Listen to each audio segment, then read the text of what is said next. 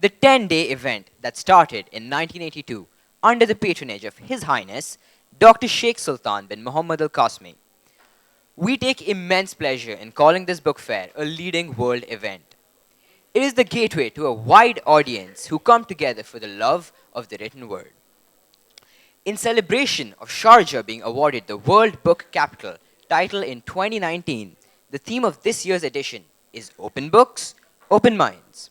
It highlights the Emirates' role in promoting books as a cornerstone of mankind's true advancements. This edition of the Sharjah International Book Fair brings together a plethora of writers and celebrities from all across the world. This year, Delhi Private School Sharjah has been given the opportunity to host the author session at the Intellectual Hall in the Sharjah Expo Center. We are indeed delighted and honored to be given this rare opportunity. Today, we take immense pleasure in welcoming Miss Anita Nair, a popular Indian English writer born in the state of Kerala. She was working as the creative director of an advertising agency in Bangalore when she wrote her first book, a collection of short stories called Satyr of the Subway. The book won her a fellowship from the Virginia Center for Creative Arts. Her second book was published by Penguin India and was the first book by an Indian author to be published by Picador USA. Being an acclaimed writer around the world, her books have been published in several languages. Now, let's welcome Miss Anita Nair with a huge round of applause. Ma'am, we invite you to the dais for the evening's interaction session. Dr. Chitra Raghavan, Vice Principal of Delhi Private School Sharjah, has been in the field of education for over 3 decades. Ms. Chitra is also a freelance writer for Khaleej Times, Gulf Today, and Outlook India. She has also been the resource person for British Council Chennai, India. She has presented several academic papers on various Indian writers, including Shobha Dev, Vikram Seth, and Anita Desai. We welcome Dr. Chitra, who will be the moderator of this session, and request her to kindly grace the stage and carry on the session. Good evening to everyone. It's absolute pleasure, and it's all mine and it's all ours that we have such a wonderful writer with us, Ms. Anita Nair. A very big round of applause for her. This is your first visit to the UAE. Okay, good evening, everybody. It gives me great pleasure to be here this evening. It's actually not my first visit, it is my second visit. Several years ago, I had come to the Dubai Lit Fest. So this is my second visit. Okay. If you compare other literary festivals, I think you did go around the campus here. So do you think we are, what is your impressions here? So generally what happens is that with the Lit Fest, especially with the book fair, I wouldn't even use the word Lit Fest. Book fairs tend to be about, something to do with the publishing industry, the book industry. So there are far more sellers there than readers. So the first thing that hit me as we were walking through was that there's a book fair in Sweden called the Gothenburg Festival. Again, the Gothenburg Book Fair, which is really about readers and not about booksellers. So when I was seeing the number of people here, that was the feeling I was getting, that this is indeed very much like that one, which is a book fair for the readers rather than a book fair for the publishing industry. Okay. The theme actually here is about open books, open minds, and today we have the pleasure of getting to know you at very close quarters. So we'll start with some of her works and her journey into writing. So if you can just share a couple of titles that you feel so close to your heart, and how did you get into writing? In my case, I was always a closet writer. So I did write right from the beginning. Even as a child, I would write. But it was something that I didn't do with, the ease that I do now, because I didn't know, I didn't even know where these words were coming from, these ideas were coming from. So I tend to keep it very quiet. And then what happened was that, but somewhere back of my mind, I knew very clearly that this is what I wanted to do. I mean, this was one thing I was certain about, and I continue to think that the one thing that I'm certain about in my life is that I am a writer, and I want to be a writer, and I hope I'll die a writer. So this was something that was in my mind, that one day I will write, but what I was going to write and how I was going to write wasn't clear to me. And I did continue to write, and I did keep it, I had these stories that were happening, and I was writing them in a notebook and keeping them and so on. But I think my journey towards becoming a published author is one of serendipity, because you have to remember the time when I started having my work published. Before that, there wasn't even the internet, and computers didn't exist, and if they were, we only had floppy disks. It wasn't the way it is now. So I used to take my stories to my office place and take printouts from there, because there was a printer there. I had a computer at home, but I would take printouts from the office. And one day I left a story behind, and somebody read it, and that was the first time somebody was reading something that I'd written. And he was a colleague, and he connected me to a journalist friend. And I think that was how it began, because this journalist friend, who later went on to become a mentor of sorts for me, he read the first story, and he said, "Can I read some more?" And I gave him some more stories to read. And at the end of it, he was like, "Have you thought of getting it published?" And I was like really taken aback. And I said, "Do you think they're good enough to be published?" And he said, "I think you should look for a publisher." And so if that gentleman hadn't told me that, I would still be writing stories in private, and nobody would be reading them. Okay. You've been called a full-time writer, full-time parent, full-time epicure, and a full-time traveler. What are you? Who are you? I'm a woman of many parts. How do you balance all these, I think, precious glass balls? I guess I balance everything, and it takes a huge toll on me more than anybody else, because in my effort to be this perfect, I mean, I am a perfectionist of sorts, and so I try and be this, try and do it to the best of my ability. So what happens is that the toll it takes on me is huge. So at some point in my life, I realized that the only way I can do it is by compartmentalizing myself into multiple, beings.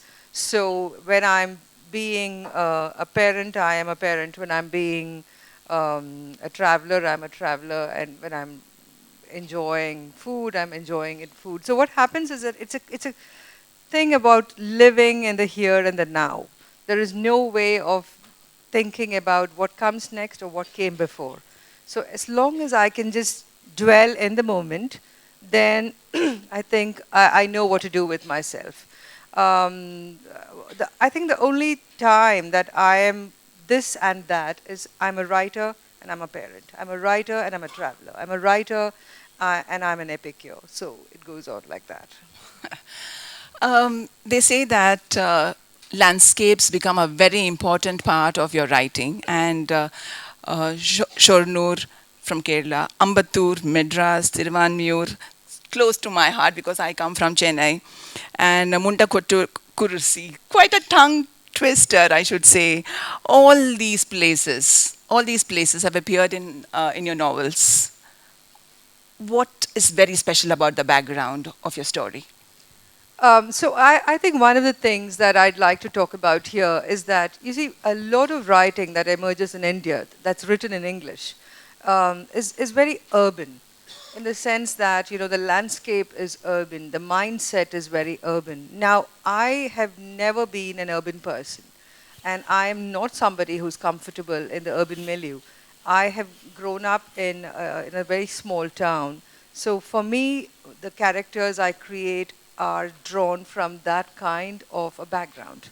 The socio-economic background, the kind of cultural ethos that they have, all of that is from small town or rural Kerala or rural Tamil Nadu. These are two places that I write about, and Bangalore to some extent now.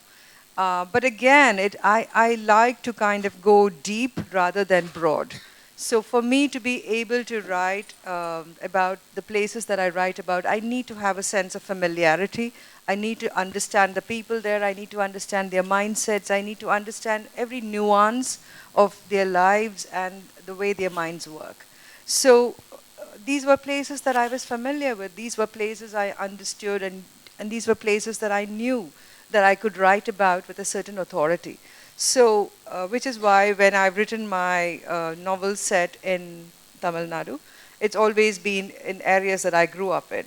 Now, or when I write about Kerala, it's from a very tiny area, a circumference, or let's say radius of about 12 to 13 kilometers, and not beyond that, because those are the places that I know. I can see the landscape in my mind. I can see the people, what kind of things they say, how they dress, what they wear, what they eat, all of that. So for me, it's very important to know what I'm writing about and know about it at a very intimate level. So that's why you would find these places, and I'm comfortable writing about southern India because that's where I've spent all my life. I'm comfortable writing about the rural and small town landscape because, again, that is a world I understand. And my characters are not people who speak English all the time. They speak either Tamil or they speak Kannada or they speak Malayalam. So the other problem that I had when I was, when I began writing is that my characters don't speak English, but that doesn't mean they speak language in a stilted fashion. In their own languages, they are very comfortable, they're lyrical, in fact, and they have a great sense of how to manipulate the language. So I had to decide, how am I going to treat language? While I write in English, it is just a language for me. My characters are very, very grounded in their Indianness. And that Indianness is what I'd like to try and capture in every novel I write. You have touched on certain foreign lands, Istanbul in one of your novels, and where Rupa, the diplomat's wife, where she travels. Now that you've come to UAE, do you think UAE will also be a part of your novel sometime? I never know. In fact, I was thinking about it this morning. My nephew and I, we were driving around, and I was just looking at it and thinking, like, where is this going to feature, and how is it going to feature? I don't know. It comes, it comes on its own, because that's the beauty of the creative process. All of this goes into your mind. It stays there, and it's like this pot that's like on a slow burner. It's cooking, and then finally, at some point, you don't know what you pull out. And so. Good. If UAE is going to feature, then we are also going to feature there in that novel. So I'm really looking forward to the next novel of yours. Let's talk about Ladies Coupe. It's a wonderful piece of work, I should say. And I think it brings in so many people there. It's more like a confessional box, is it? Not really. You see, the sense is when I started work on that novel, these were questions that I was asking myself, So, and that's the way my creative process begins. That I have a question, and this is a question that troubles me. Now, it could be on the identity of a woman. It could be about artistic integrity. It could be on various things. It could be on parenting. Now, these are questions that happen in my head. They trouble me, and the way I understand it, the way I find an answer to it is by creating characters who take this journey. And through the journey that they take, I try and understand some of that. It's not that with every novel that I write, I find a resolution or an answer to the question that's haunting me. but it's a way of understanding. It's an abstract that I try and make tangible by writing about it. So your characters basically take a walk. You allow them the freedom to be what they are. I think it's a bit like flying a kite, you know. You have the thread in your hand, you control it, you let the kite fly, but at some point you pull it back. Because otherwise your characters can run away and do things on their own, which as the author, as the writer, I also have this God syndrome. You know, so I need to kind of think that that I control their destinies to some extent. So yes. Women are judged by their performance and men by their potential. I'll repeat. Women are judged by their performance and men by their potential.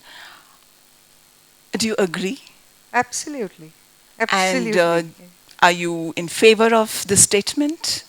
No, not at all. I mean, no self-respecting human being would like to be evaluated only based on their performance. I think I'd like to be evaluated also as a person with potential.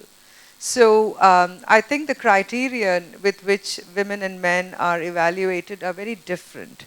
And so that does raise eyebrows, in my eyebrows at least. And it makes me think about how are women treated and why are women treated differently from the way men are treated. So in a society where women are marginalized such, what kind of novel would you produce, or what kind of writing would change this mindset of the society? So I think again, as a writer, I mean, you know, there is a kind of fallacy that writers can change change the world. I don't think so. I don't think anybody can change the world unless the world wants to be changed. But what I do believe in is that as a writer, I do have a certain responsibility of telling people that, look, this is what we are, this is who we are, and we need to be able to look at ourselves and question who we are as human beings. So that is something that I like to do with the books that I create, where I like to stir up questions in my readers' minds and make them think about their own lives and the way they lead their lives. You've been establishing yourself as a post-colonial feminist writer. So do you like the title? No, I don't. Not at all. So you're not agreeing to the fact that you're a feminist you see, writer? I think it's like, you know, like the literary establishment likes to pigeonhole writers. And as a writer, the first thing is you want to be unfettered. You don't want to belong to cages, and you don't want to be, shoved into a pigeonhole and said, this is the kind of writing you do. So which is why even the kind of writing I do is constantly, I'm kind of switching between genres, I'm switching between forms and everything, because I do not want to be typecast as a certain kind of writer.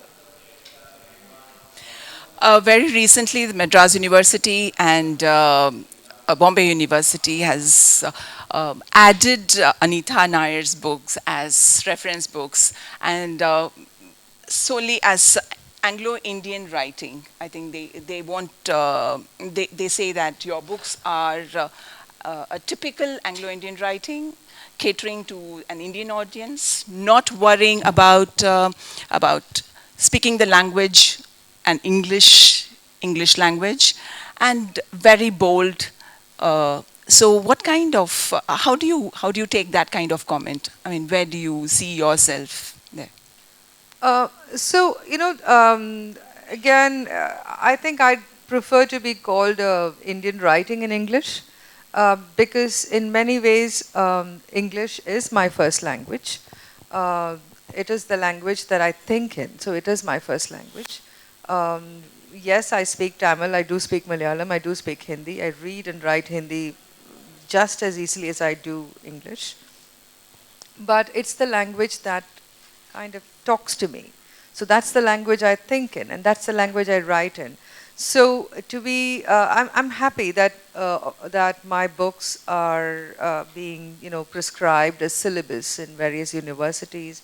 There are multiple people who are doing their doctorates, and sometimes they come up with inferences about my writing which I didn't think about.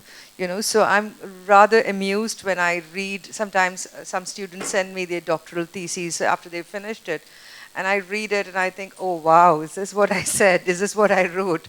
So there is a moment that hits me that perhaps that, unconsciously I'm writing about things which has greater value and meaning than they do for me. But to the world, it has greater value and meaning. But those are the things that happen with most writers. As any creative person is, we are all hugely insecure people. We are never sure about what we are doing. And I think that is the moment a writer is complacent about, or an artist is complacent about their creative process, and that is the beginning of the end. Because every time it should be like you're doing it for the first time. Otherwise, you're never going to be able to, take your creative process to the next level. True. What you're saying is right. Actually, the writer owns the book as long as she writes it, but after that, it belongs to the reader. So whatever the reader does with the book and however she or he interprets the book, I think it is all up to him and her. So consciously or unconsciously, you have been changing the world. You've been making a lot of impact, at least I'm sure, on ladies in this world. Now, this brings me to a very, very important and very recent book of yours, Eating Wasps. What's special about the book? Why should anyone read it? I have read it, but why should anyone read it? Oh my God, this is like asking me why should you read me? Because, well, I think, I'll tell you why. So in 2001, Ladies Coupe came out. Yes. And about 3-4 years ago, I started asking myself this question: how much has changed since I wrote that book? It's been called a feminist classic and all those things. In various parts of the world, that book is still being read. It's being read on a daily basis. If you were to get into social media and do a search on Ladies Coupe, you would find that at some point, somewhere, somebody in the world is reading it. Yes. At any given point of time. So obviously, if it's had that kind of an impact, and it continues to have an impact, as a writer, I wanted to ask myself, what has changed since the time I wrote that book? Has anything changed at all? And I realized that one big thing that's changed is the advent of technology. So how has technology affected the status of women? What has changed? How has the woman, and I thought it's been these many years since I wrote Ladies Coupe. If Ladies Coupe was about a woman trying to find her identity, Eating Wasps is about women trying to preserve their identity. You find your identity, but what do you do with it? Can you preserve it?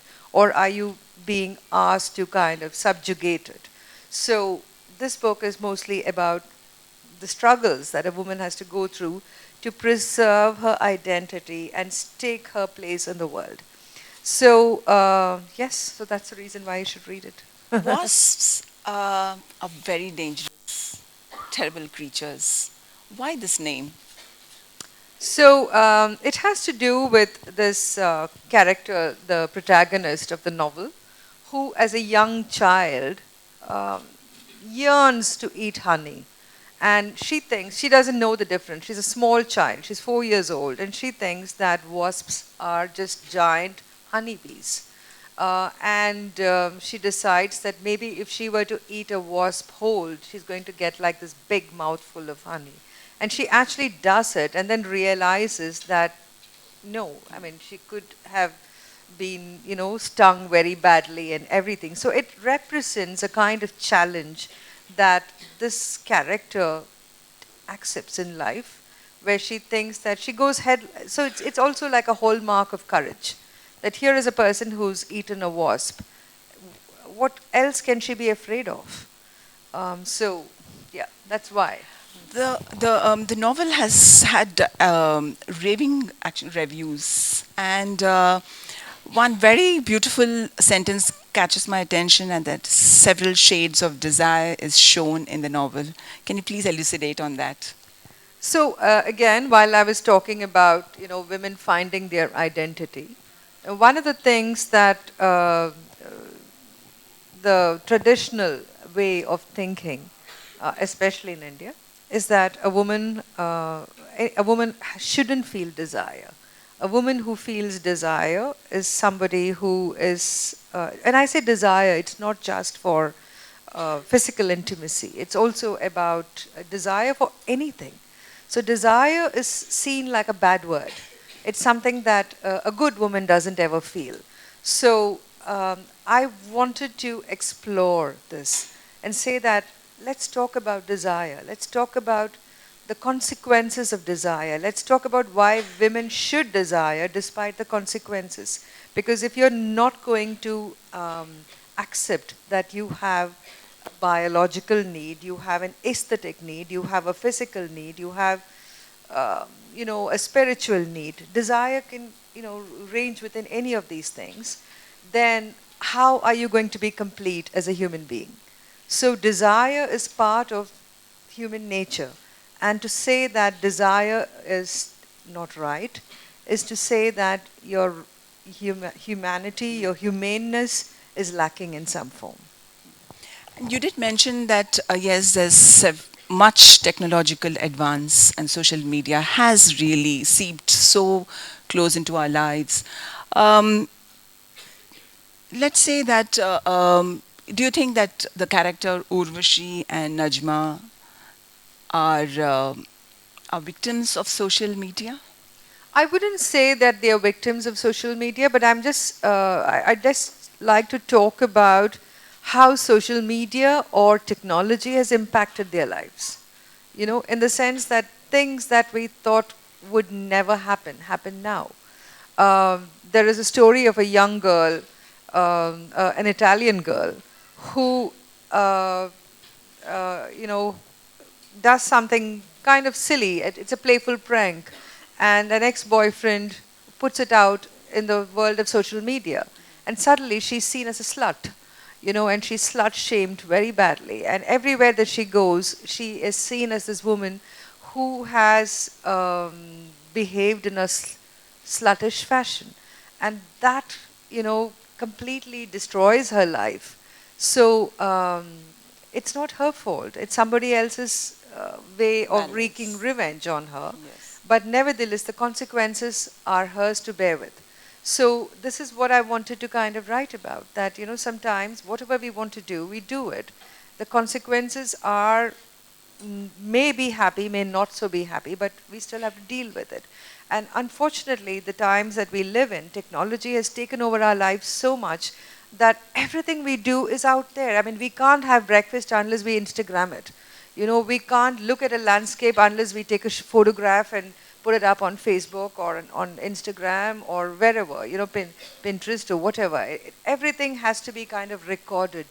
We are a generation of people who need social validation for everything that we do. And that has a huge implication on the way we look at life and the way we, understand life. So one of your character who suffered this, she, well, I'll not be a spoiler, but she was very bold. She came out to be absolutely strong. So what would be your advice to students? There are many students here. So what would be your advice to students who feel the social media is the most important thing in their life? I think social media is a bit like having a lion on a leash. As long as you're in control, it works, it's fine, it can be fun.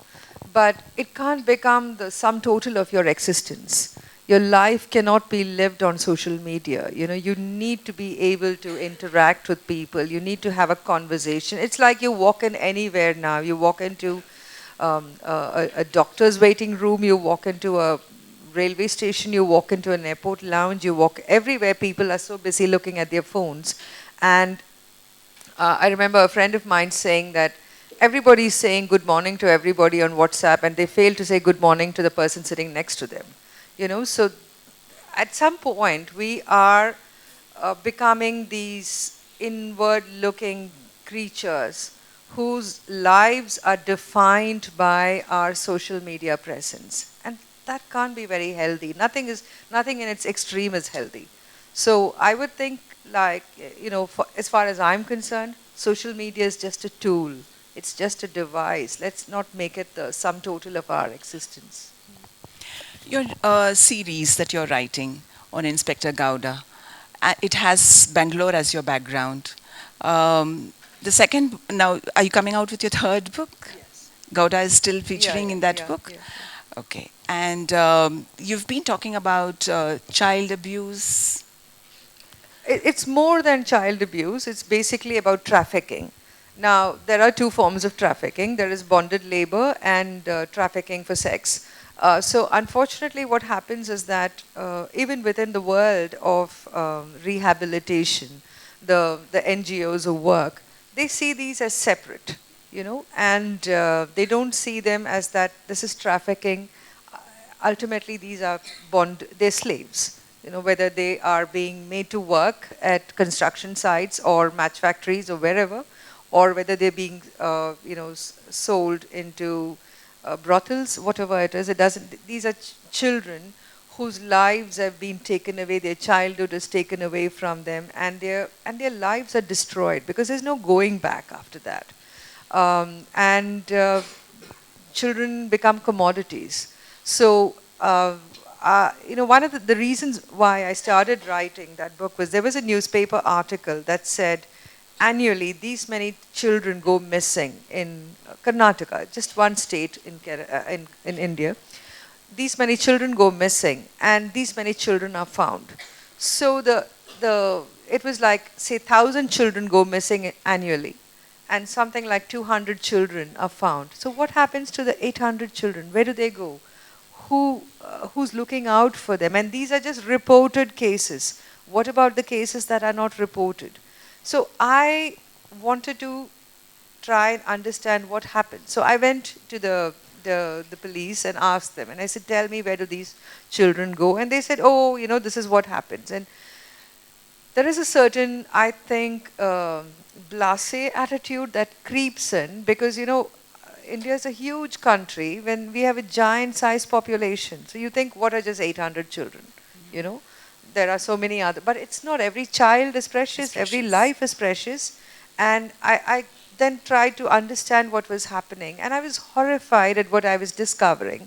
That once upon a time, Bangalore, where I'm right now based, used to just be a transit point for trafficking. But now it's become a hub. And the reason why it's become a hub is because Bangalore has been growing. It's a huge city that's growing. There's a lot of construction work that's going on. And there are people who come from various parts of India to work there as construction workers. And as the police themselves told me, these are men who have needs. And the needs are met by these children who are trafficked into the sex trade. So it is a horrifying situation, and there's very little that can be done because there's a huge mafia behind it.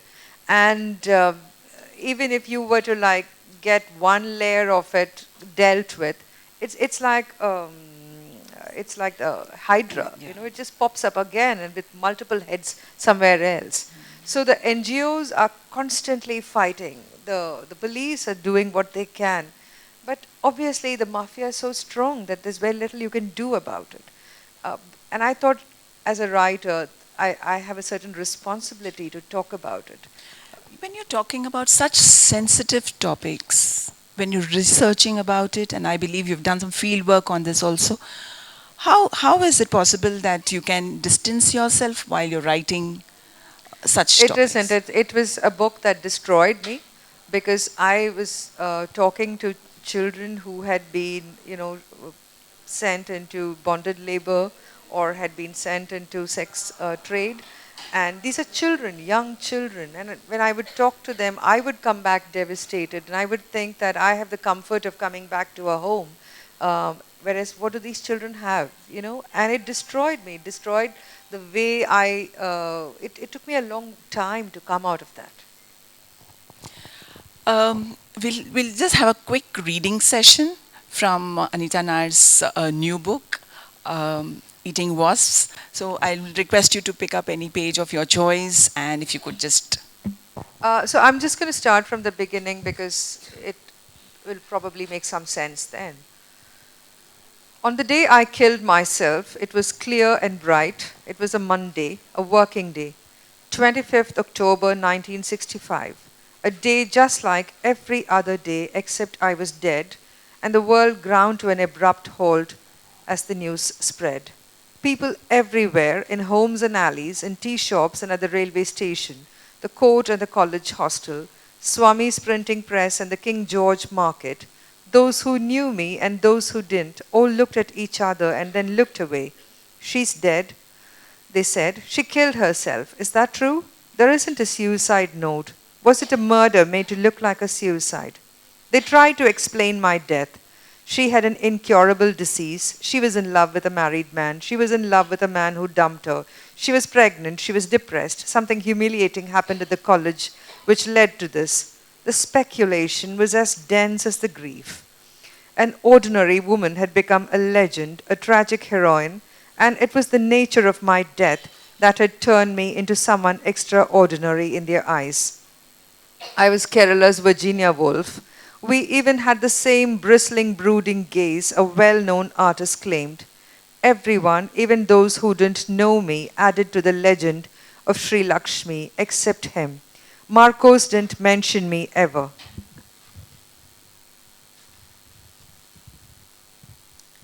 Instead, he came in the dead of night to the cremation ground. The dead do not clock time. He came on silent feet and with a ravaged face. He poked through the embers with a twig. Please don't, I wanted to scream. Please don't do what I think you're about to do. My love for you devoured most of me. What's left, let death feast upon. Marcos took away the bone of my index finger from my right hand. He took my soul with him. He wrapped me in a red silk cloth, and then, with the desperation and furtive stealth that had characterized our relationship, he placed me against his lips. He had liked to see me write. He once said that I held the pen like no one else he had seen. Do you realize your index finger has no role to play in it? It's my guiding finger, I said, smiling and leaning forward. He wrapped his fingers around my index finger like he would never let it go. The weekly has asked me to write a new novel. What should I write about? His embrace tightened. As long as it is about me, I thought. As it had been when I was alive, Marcos kept me out of sight. He placed me in the mustard yellow velvet pen case I had gifted him when we last met. He would use the pen every day, he said.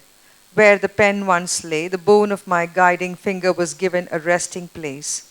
I had not just killed myself, I had dug my own grave, I realized, as he embarked on an elaborate subterfuge. There was a beautiful wooden almirah in his room with two opaque glass panels in the top half and a porcelain knob. He kept his collection of deeds and certificates, files, and important papers there. He had the carpenter remove the shelves, and for a wooden pole beneath the line of pigeonholes, he was going to hang his vestments in it. He told his wife they needed a sacred place of their own. The carpenter fashioned a false back for the almirah. He did it all the time for important people. They had to be careful with aspects of their life that had to be kept secret. Marcos sent the carpenter out on some pretext and took me out of the case one last time.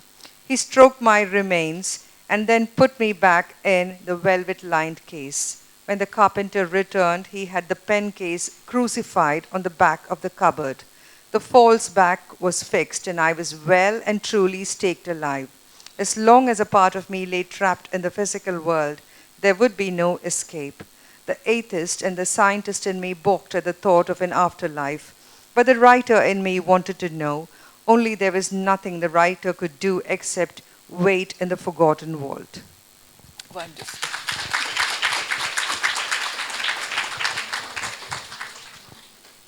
The mega metaphors of your novel. One is Kathakali. The land also is a metaphor in some ways. The index finger is a metaphor. The wasp is a metaphor. The coupe is a metaphor. Now, if you can just discuss why is the index finger a metaphor here? Why the index Why finger? the index finger is a metaphor here? Because if you realize in the way we use our hands, it's with the index finger we make a statement. It's with the index finger we point out things. It's with the index finger that we point to ourselves. We don't turn and say this. We don't turn and say this. You know, we always point to ourselves like this. So despite the thumb being the ruling finger, we still need the index finger to, it's like the mark of who we are, the mark of humanity, the mark of humanness, the mark of mortality. So for me, the index finger is something that represents who we are, and that was the metaphor I was trying to play around with. The ghost and the writer. Whose journey is it? It's both. I keep saying that ghosts and writers have access to places that other people Absolutely, don't. yes. You know, most yes. people don't. True, true, true. So, so that's the reason why, I have to tell you the story, why I decided to write about a ghost. I was sitting with a friend of mine, and she was telling me, you know, in the Urban Dictionary, there is this word called ghosting, which is basically where you hang out with somebody, have a relationship with them, or maybe like a one-night stand or something, and then you completely don't get in touch with them, and that person, and that thing is called, it's from the Urban Dictionary, and you say, I was ghosted. So a friend of mine was telling me about this, and she was saying, and I said, look, you know what has happened to you is that you were ghosted. And then it just hit me that let me write about a ghost who was ghosted. And so, So this index finger actually travels, and like Jumanji, wherever it went, there was a story to say. yeah, it's also that I wanted a narrative device, you know. Yes. And for me, when I write, I need a narrative device. And once I have the narrative device in my head, it falls into place. So with the Ladies Coupe, it was the coupe that was the narrative device. With Mistress, it was Kadakali, that was Yes. the narrative device. With Lessons in Forgetting, it was the Cyclone, that was the narrative device. And after the Lessons in Forgetting, this was the literary novel that I wrote. And again, I needed a narrative device. And I, you know, back of my mind, I kept thinking Wasp and everything and all those things. But it wasn't strong enough. Now, one of the things about being a writer is knowing what to keep and what to discard. You know, because the thing is, I tell young writers that you can't, I mean, all of us fall in love with everything that we've written. But at some point, you have to learn what to keep and what to not keep, you know. True. So the index finger for me was something that finally fell into place. And when it fell into place, the novel started, you know, burgeoning. It started growing. It started moving at a pace that I couldn't have envisaged otherwise. So Sri Lakshmi, she's a very sad person because she somehow or the other gets involved in so many people's life. Is she learning a lesson there? Again, I think she's more, you know, in the hospital industry, they have a lovely word called bystander. A bystander is someone who's there, who has no real role to play. She or he is not a doctor, a nurse, a carer, or anything, but they're just there. And they are watching things that are happening. So Sri Lakshmi's role is that of a bystander. And I'm sure, like all of us who've been bystanders at one point or the other, there are a lot of thoughts that it you know, creates in our own mind. So here is Sri Lakshmi, a ghost bystander, who is understanding the evolution of time, understanding the change of, because she dies in 1965, and 50 years later, this story happens. I mean, you know, her remains come out, and then she comes, she doesn't come alive, but her thoughts come alive. And so we see ourselves through her eyes. We see who we are through her eyes. I quote Sri Lakshmi here. Literature teaches you to make peace with anything. Does it? It does. I really do think that. On what? How do you? How can you say it with such conviction that literature teaches us? Because it shows us that nothing is constant and nothing is forever. And also it shows us that nothing really matters. I mean, one of the things that I've always kind of lived by is this too shall pass. You know, this too shall pass. So anything, it can't get worse than, it can be the worst moment of your life. It can be the best moment of your life, but this too shall pass. Anita Nair, the novelist, or Anita Nair, the poet? From the Malabar Mines, especially the poem in which a small gesture becomes epic, How Men Eat. Yeah. Quite powerful, I should say, especially the first one. Yeah, well, I think it's, see, I always thought that I would be a poet, I mean, as somebody who's like a full-time poet. But I realized that there is also this storyteller in me yearning to come out. And ultimately, I think the way I look at it is when I have, my reaction to something, which could be good or bad, is the way I write poetry, whereas my fiction is a more considered process. Okay, okay, thank you so much. Just quick 3 questions. You think it's a male-dominated society still? Absolutely. Absolutely. There's And no doubts about that. And are we going to do something very important to change it? Well, I think both men and women need to do it. Okay. Who are your role models? I think I just have like hundreds and thousands of role models, because it's like, I don't, one of the things, pitfalls of being a writer is that, you see people for who they are. So it doesn't allow you to put people on a pedestal. So what happens is that I just end up looking at people and seeing what I like about them, and then I think of that as an inspiration, but I'm not going to model myself on anybody. Which is your most favorite book of what you've written? Oh no, I can't say that. I can't ever say that. Every book is special, every book is independent of the other, and every book is important to me. So. And who is your favorite writer other than you? No, I'm not my favorite writer. So I would think again, the thing is like I have several favorite writers. But if there is one writer who made me kind of think about what I want to write and how I'm going to write it, is this Brazilian writer called Jorge Amado.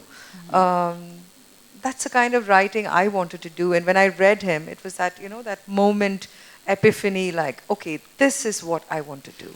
My last question before we take some more, or the audience question.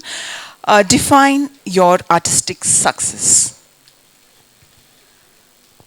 I don't know. My artistic success is that I still wake up every morning and I want to write. I mean, that to me is my artistic success, that I'm not disillusioned, I'm not bitter, I'm not angry and acrimonious. Writing is still the one thing that I'm certain about. Writing is the one thing that gives me unbridled joy. Writing is why I wake up every morning. So. Okay. We'll take some audience questions. And I just had a question to ask. You spoke during your session about technology being a tool. And recently there has been a trend, you could say, of people using platforms such as blogs and Wattpad for writing. Do you think these are, what would you prefer? Do you prefer to write online with using the keyboard, or do you prefer the pen? Do you think there's a proper flow of ideas when you write Okay, using it? I'm very, very comfortable with technology. I have absolutely no problem with it. I mean, I pretty much have my entire life in this. But I'm a bit of a dinosaur when it comes to how I write, because I still write longhand. I write using a fountain pen. And I'll tell you why. The reason is that when you're writing with a fountain pen, you consider every word you write, because it's a laborious physical process. So you're thinking about every word you write. It's not like where you can, cut and paste and, delete and keep it aside and bring it back and stuff like that. So you don't overwrite.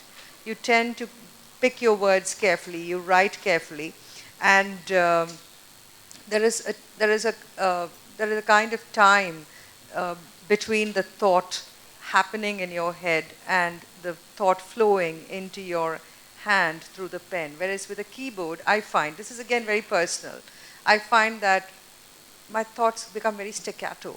when I'm putting it in. Whereas with writing, when I'm doing the cursive script, there is a certain beauty to the flow. So I like to write long. My question is with the title, the phrase, eating wasps. Is it good to have an ambiguous phrase as your title? Well, it does make people wonder, right? I mean, that's the first thing to do. So the thing is, titles, the way I've always worked with titles is that it should lead into the book. You know, it cannot be and I don't like these very nebulous sounding titles. I like something that is decided and certain.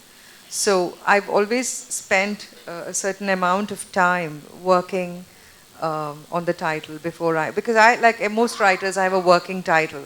And it's very seldom the working title becomes the actual title. I was hearing you that you are writing mostly in South Indian characters kind of a thing, and mostly in Malayalam and Tamil characters. Have you ever faced a word block translating from your mind to a word in English that you cannot really put it?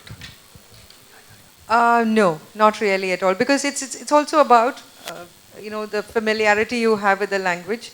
So I'm very comfortable in Malayalam and in Tamil. I speak both languages with equal dexterity. So it doesn't bother me at all because I instantly know. I think it's also a question of how you tune your mind to be able to think in multiple languages at the same time. So the only reason I don't do that with Hindi is because I'm not so sure about the landscape that I would be writing about. But again, Hindi is a language that I can automatically think in, or Malayalam or Tamil. So I don't have a problem with word flow there or finding an appropriate word. Thank you. Good evening, ma'am. It was an absolute pleasure listening to you this evening. I just had one question. So since most of your novels have an open ending, I think this indicates to the absolute faith you put in your readers. So do you think as an author your readers have matured? As an author, As an author, do you think your readers over the years reading your books have matured? Yeah, I would think so too. I think, one of the greatest crimes a writer can do is to patronize his or her reader, or to, dumb them down. So I'd like to believe that, when my writers would make some effort to understand what I'm trying to bring forth there. And secondly, I also think that there are no pat endings in life. Every ending is something that each individual chooses in their own particular fashion based on who they are and what their life is like and so on. So for me to put down these very pat endings would make it seem like it's a bit of an egoistic exercise. So I'd rather leave it to my reader to decide how they want the book to end. Thank you, ma'am. A very good evening, ladies and gentlemen. I, Shubham, And I, Sanjana, regard this as an honor and privilege to extend the vote of thanks on this occasion. Today, we take this opportunity to put all our gratitude in the form of words.